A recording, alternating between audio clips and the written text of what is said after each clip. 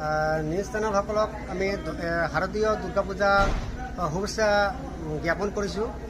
আমাৰ উত্তৰ বৰপেটা শ্ৰী শ্ৰী ৰাধাকৃষ্ণ মন্দিৰ 58 বছৰ বৰ্তমানলৈকে এই মন্দিৰত দুৰ্গা পূজা অনুষ্ঠিত হৈ আছে। গতিকে এই বছৰ আমি দুৰ্গা পূজা পাতিবলৈ আমি সাজু হৈ আৰম্ভ কৰিছোঁ। আজি ষষ্ঠী পূজা গৈছে। গতিকে আমাৰ এই উত্তৰ বৰবিল সৰ্ব জনসাধাৰণে আমাৰ এই বাৰোৱাৰী মন্দিৰত সকলো জনসাধাৰণে সহায় সহযোগিতা লৈ আজি আমি এই দুৰ্গা পূজা পাতিবলৈ আমি সক্ষম হৈছোঁ। আৰু এই অঞ্চলৰ অৰ্থাৎ উত্তৰ বৰবিল আৰক্ষী চকীৰ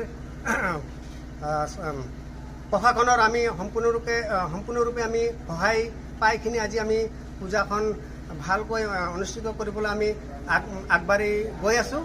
গতিকে আমি এই পূজাবাৰীৰ হৈ পূজা মন্দিৰৰ হৈ পূজা সমিতি হৈ আমি সকলো অসমবাসী তথা কাৰ্বি আংলংবাসী উত্তৰ বৰবিলৰ সকলো অঞ্চলৰ জনসাধাৰণক আমি ধন্যবাদ জনাইছোঁ।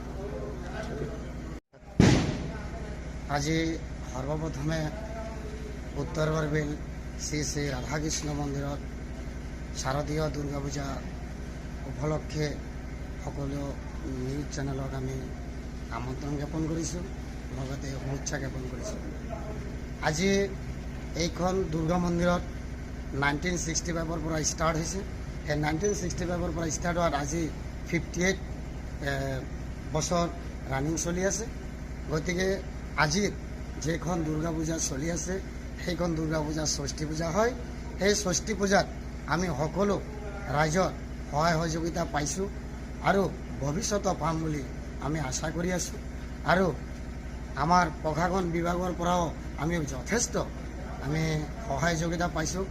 আগন্তুক দিনতো আমি আৰক্ষী চকীৰ পৰা বা প্ৰশাসনৰ ফালৰ পৰা সহায় সহযোগিতা পাম বুলি বা জনসাধাৰণৰ পৰা উত্তৰ বৰবিল জনসাধাৰণৰ পৰাও আমি সহায় সহযোগিতা পাম বুলি আশা ৰাখিছোঁ। আৰু সকলো জনসাধাৰণৰ পৰা সহায় সহযোগিতা আমি কামনা কৰিছোঁ। গতিকে সকলো জনসাধাৰণ যেন আমাৰ পূজা মণ্ডপত আহি সকলো আমাৰ পূজা কমিটিৰ যে মই নিজে প্ৰেচিডেণ্ট হয়, গতিকে সহায় সহযোগিতা কৰে এই কৰি আমি চুৰু কথাখন ইয়াতে ৰাখিম। আমাৰ উত্তৰ বৰবিল সাৰ্বজনীন শ্ৰী শ্ৰী ৰাধাকৃষ্ণ মন্দিৰত আজি নিয়াৰ 58 ইয়াৰ্ছ এই দুৰ্গা পূজা চলি আছে। ইয়াৰে মই 41-42 হ'ব ইয়াৰ্ছলৈকে মই ইয়াতে পূজাৰী হিচাপে কাম কৰি আহিছোঁ।